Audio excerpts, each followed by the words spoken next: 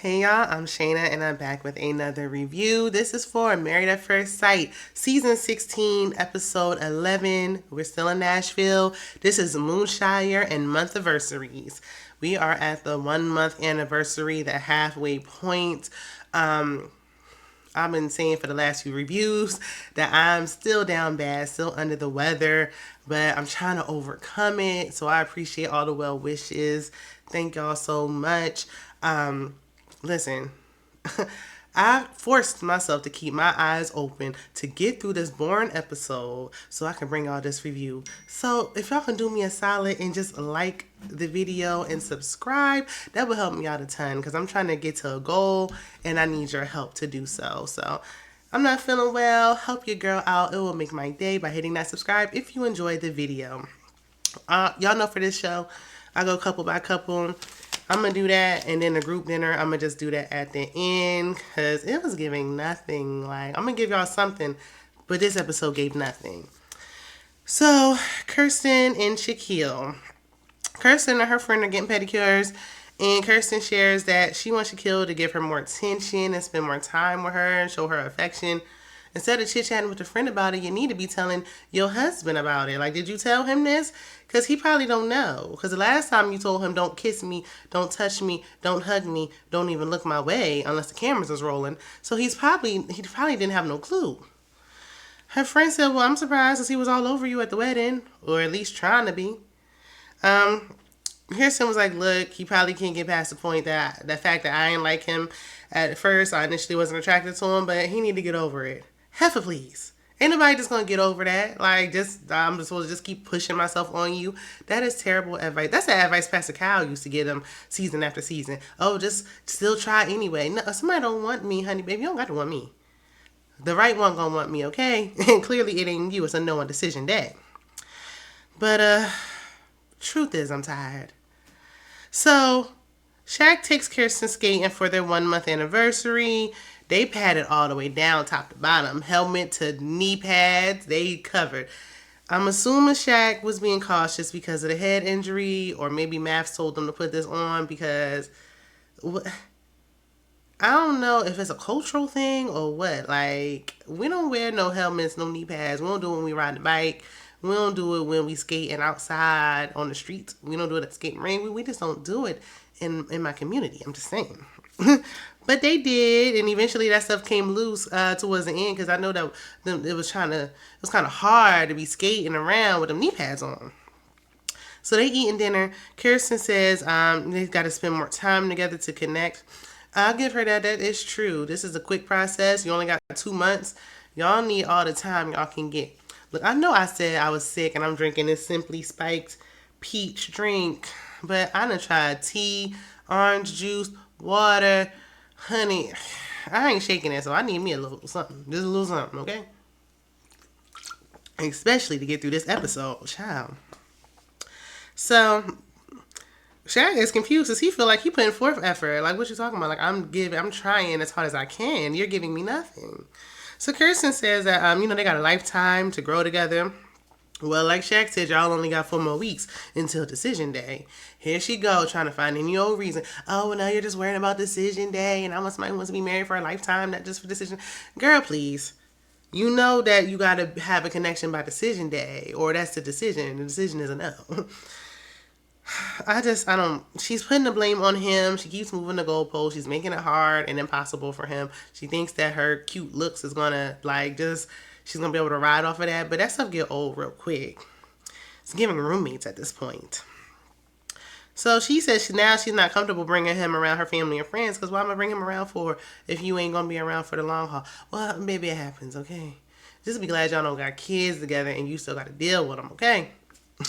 So after the group dinner, we'll get to that later, Shaq felt blindsided by Kirsten's response about their lack of intimacy and all that. Because he like, you can't keep nothing in the house? Like, what happened to our business stays our business. Yeah, we on a TV show, but we let the people find out when the show airs. Like, not now at the dinner in front of everybody. So Kirsten said, you know what, if you want to know how I feel about something, you need to ask. Why don't you just share, though? Like, yeah, he can ask. And yeah, you can share. Like, you want him to do everything while you do nothing. So Shaq put his foot down and said, look, it is not your way or the highway. Everything don't revolve around you. Like, it ain't whatever you say, go. I know that's right, Shaquille. I think she liked that BDE. We gonna get to that when we get to Chris and Nicole. I think she liked that energy when he's showing his alpha male side or whatever y'all like to say. Yeah, stand up for yourself because it looked like they might kiss next week. Moving on, Jasmine and Eris. Oh Lord, these two. They can go right along with Dom and McKinley, honestly. So Eris meets with his married friend, and they talk about the lack of sex. Because I mean, what else would they be talking about? Like, there's nothing else to talk about besides sex. So of course, Eris, he can't wait to share the fact that he's not attracted to Jasmine, and he just don't even like her as a person. He just loves to share with anybody who will listen. The friend was like, well, what is it like? What can you do? I mean, what is it about her that you don't like? Like, what can you do to help? He just like, it's a vibe I'm not getting. Like, she's not funny. Like, she's not a sneakerhead. I don't like the way she dressed. I don't like the way she lay her edges down. I don't like the way she sleeps. I don't like the way she blinks. I don't like the way that she makes eye contact with me when I don't make eye contact with her. I don't like nothing. He is so... Can you believe this man is 40 years old? 40! So for their 1 month anniversary, Eris takes Jasmine to the rage room. How romantic. I do want to go to one of those every time I watch one of these episodes. Jasmine seems checked out of the marriage. So Jasmine and Eris go to a park or somewhere. They out in the open somewhere, and they looking at their wedding photos. He look like he don't want to be there per usual. But one thing Jasmine gonna do is have them edges laid down, honey. You know what you can do, Jasmine, after the season end and you say no on decision day. Start you an edge control line, girl. And give me a shout out after you do it. I'm just trying to help my good sis out. Get you an edge control because it be, edges laid down, okay? She looked very pretty. So Jasmine says they were looking at the pictures and she's like, I was so happy that day. Giving very much passive aggressive, but I couldn't even be mad at it because I might have slipped up and did the same thing. Eris admitted that he hasn't honored his vows because this is all so new to him. It's new for all of y'all. Ain't none of y'all been married before. But you signed up for it. I don't want to hear no excuses. It's been a month. Again, he's not looking her in the eyes. I don't like he's like a shifty, shady character. They don't make eye contact with you. You can't be trusted with them old shifty eyes. Later, they eating, and Eris cheers to their 2 month anniversary. And Jasmine like, it's the 1 month anniversary. Girl, ain't nothing funny about it. Oh, he gets on my nerves. He just annoys me. So Jasmine says, they've been stagnant. And she's over it. Sick and tired of being sick and tired, okay? So Eris decides they shouldn't have sex until after decision day. In other words, he don't want to have sex with her at all, point blank, in the period. And I'm fine with it. Honey, don't give up your goodies to this undeserving man. For him to be this self-proclaimed, overly sexual man, it's trash. It's terrible and bad. It's whack, allegedly. Because it's like he's trying too hard. Oh, he like a little boy that's just going through puberty. Oh, my goodness. So Jasmine says she's still giving 3,000%. Child, why? Don't even give 3%. When I tell y'all, I would just be showing up so I don't get fired. I would be pulling me what Gina was trying to pull. Showing up to the apartment when the cameras is rolling. I will show up to film and I will go back home. Okay? Or matter of fact, let him go home. Shoot, we can get a break from all them dogs. Eris did mention somewhere, I forgot when, that, he need help from a friend, the expert, somebody. The experts ain't gonna show up.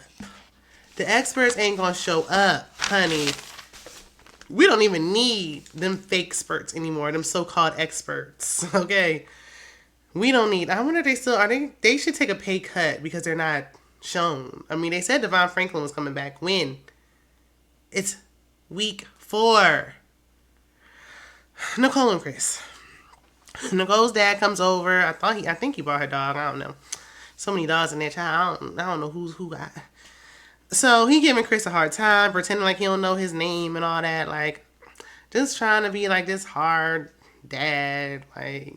They're already married. Your daughter signed up for this. Like, stop it. I'm so glad my dad is not that way. Like, whatever, I'm down for, he down for it. If it make me happy, then he gonna do it. He might pull me to the side, but he ain't about to do all that. He's not gonna do all that. Like, I'm so glad, because, ugh.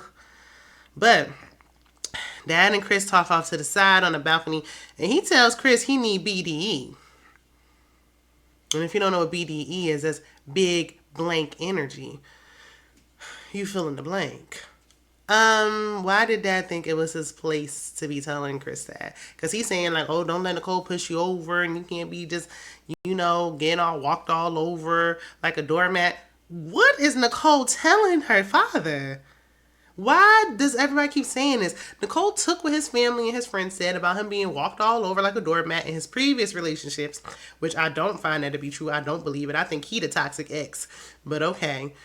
She went and probably told everybody that he's the one, oh, he get walked all over. I don't want to be like that. And now everybody got in their mind that Chris is going to be this doormat that just lays there and don't say nothing. He just go with whatever. Nicole is the one that's being used and abused, in my opinion. Okay? Like, she's the one that got to keep bending, folding, breaking her back, doing everything she can. It's his way or the highway. You got it twisted. No. He might not be loud and rowdy or whatever, but he's laying the law down. He makes the decisions. What he say has been going. She can't even get the man to wear a shirt. The only good thing I heard Chris really say about Nicole is that she's a good dog mom. I guess. So then they go on a redneck bus tour, Regina and Clint. They stop at a bar. The bartender making all these drinks. These drinks sound good. They was throwing them down. I said, who driving back to the shared apartments? Because they was throwing them drinks back. The bartender shares he's happily married, and he has been for 6 years. Shout out to all the married folks. People still getting married in this dirty dating pool. We love to see it. So the bartender shares that honesty is the best policy. I think they're keeping it a little too real on this show. Everybody talking about, I don't like you, I ain't attracted to you, you too tall, you too short, you too big, you too skinny, your hair too light, your hair's too dark. They keeping it a little too real, okay? I might want to, have some coof. So, Nicole shares that she won't feel comfortable changing her last name until at least the first year of marriage. Gina agrees. Gina, why you even got something to say? Girl. So, Chris took Nicole on a helicopter ride. She said she only got a question if her husband likes her because he always shows her. He did say something about, I don't like buying purses and bags and I like making memories. Why can't we have both? Why I got to be one or the other? I'm going to have a memory of you every time I carry this bag. So, back at the apartment, they watched their wedding video. Nicole is heavily critiquing herself. She coming down on herself hard. Ooh, you be your own worst enemy sometimes. Chris is annoyed by that. Well, calling her thickums last week sure didn't help. So, she said she has body dysmorphia. She's a woman. This is on TV. This wasn't like I paid and picked a photographer. So, yeah, she's going to have something to say. Give her a little bit of grace. She could have been fishing for a compliment. Reassure her in this moment. Like, goodness gracious. But they gotta force a problem. Don't let them not have problems for too long. They gonna bring in a fake baby on them and make them deal with a fake baby. Gina and Clint. I ain't got nothing to say about these two. Gina and Clint go on a redneck bus tour with Nicole and Chris, like we already know. They learn all the country slang. Cause Clint from the H-Town, stand up Houston. Gina from somewhere, I think she country too, I don't know. So yeah. So they talking about that. Who knew Cuda meant turtles? I ain't never knew that. So then she's like, oh, I know y'all know this one. Your mama and them. And Nicole's like, what? Who? What? Like your mama and them. Your mama and... Okay. Look. Nicole said, baby, I'm from up north. I don't know nothing about it. But honey, you had to have heard it somewhere. Anyway, Clint and Gina seem like they'll make really good friends. That's probably, well, y'all keep saying that he was kissing Dominique, and I ain't seen it yet. I don't know where. I must have been under a rock somewhere. I ain't seen it. Maybe that's why Gina don't care, because that's just her homeboy. So for their anniversary, they recreated their Jamaican honeymoon. I don't know why they wanted to do that and relive that nightmare, but I guess they wanted to redo it and have good memories this time. So they went on a hike. That was nice. The dog liked it. Later at home, Gina has Jamaican themed dinner with Jamaican flags and stuff hung up. Like, it looked like Jamaica just came and threw up in the place. So Clint, we walked in, he was like, "Ooh, I forgot my passport." Clint is funny. I like Clint. And Gina, baby, when this is all said and done, and everybody all up in his DMs, you're going to realize you made a bad mistake when you say no on decision day. I'm just trying to tell you. That's why Karen went over there with Miles. But let me leave that alone, because you know Miles don't like nobody in his business. So Gina complained about the oxtails. That had me upset. I'm upset. You do not waste no expensive, perfectly good plate of oxtails. Oh, my goodness. It's a sin if I ever seen one. So at the couple's dinner, Nicole and Chris, for some reason, are acting as if they some type of marriage gurus or something. Like, we need a mediator, a real, like, married couple who've known each other for more than a month to fill in and ask questions for all this. Did the producers tell them to lead the conversation? Because Nicole was just like, she was doing too much. Sorry if I'm getting stuffy, y'all. I still am overcoming a cold. And so if you made it this far, like, what are we doing? You might as well hit the subscribe. Shameless plug. But anyway, so after Nicole getting everybody's business, she started with Gina and Clint. They said they on a good page. And Nicole was like, "Well, I ain't have high hopes for y'all at first, but I'm glad y'all coming around now." What difference would it make if they wasn't Nicole? But I ain't gonna lie to you. I mean, I ain't have no high hopes for them neither. I don't think any of us did. So Nicole moved on to Eris and Jasmine, and she was like, "I'm a good reader of body language, so tell me something good." That didn't age well, because what was you looking at, Nicole? You can't tell from his lack of eye contact, and clearly his shoulder looked like he don't want to be there. He looked like he turned, like he ready to get up out his seat and get back on that bus. But go off. Jasmine was like, "Well, I'm attracted to him, but you know, the ball in his court. I mean, it's up to him. And if he never likes me and never thinks I'm attractive, then that's just what it is." It's giving Christian Rock and Blueface, baby. Like, child, no, Jasmine, please. This man is not all that. Get a grip. Stand up. First of all, stop letting him answer first. Not stop letting her answer first. Let him answer something for a change. He decides to change the subject and asks if married sex is different from single sex. That was a stupid question. That was terrible. That was a dumb question. Anyway, Chris directed the question back over there to Kirsten and Shaq, because he like to be in on the mess too. But Kirsten was like, "Not a chance. Be lucky if we even give a church hug." Okay. Nicole tells them they should at least be kissing by now. Nicole, girl, read the room. Kirsten was looking like, "Girl, what?" And then they gonna say at the after party a couple weeks ago that Kirsten and Shaq was like their best friend couples or whatever because they neighbors. I don't think Shaq feels the same way. So Nicole asks if things are getting better, and Kirsten seems confused or like in a daze. Nicole like, I mean, you don't know. Like, girl, are you awake? Are you here? Hello? Are you with us? Clock in. Child, it's Kirsten. You know she pretty, but sometimes she be all child. So Kirsten was like, "I don't really think we making that much progress," and that upset Shaq.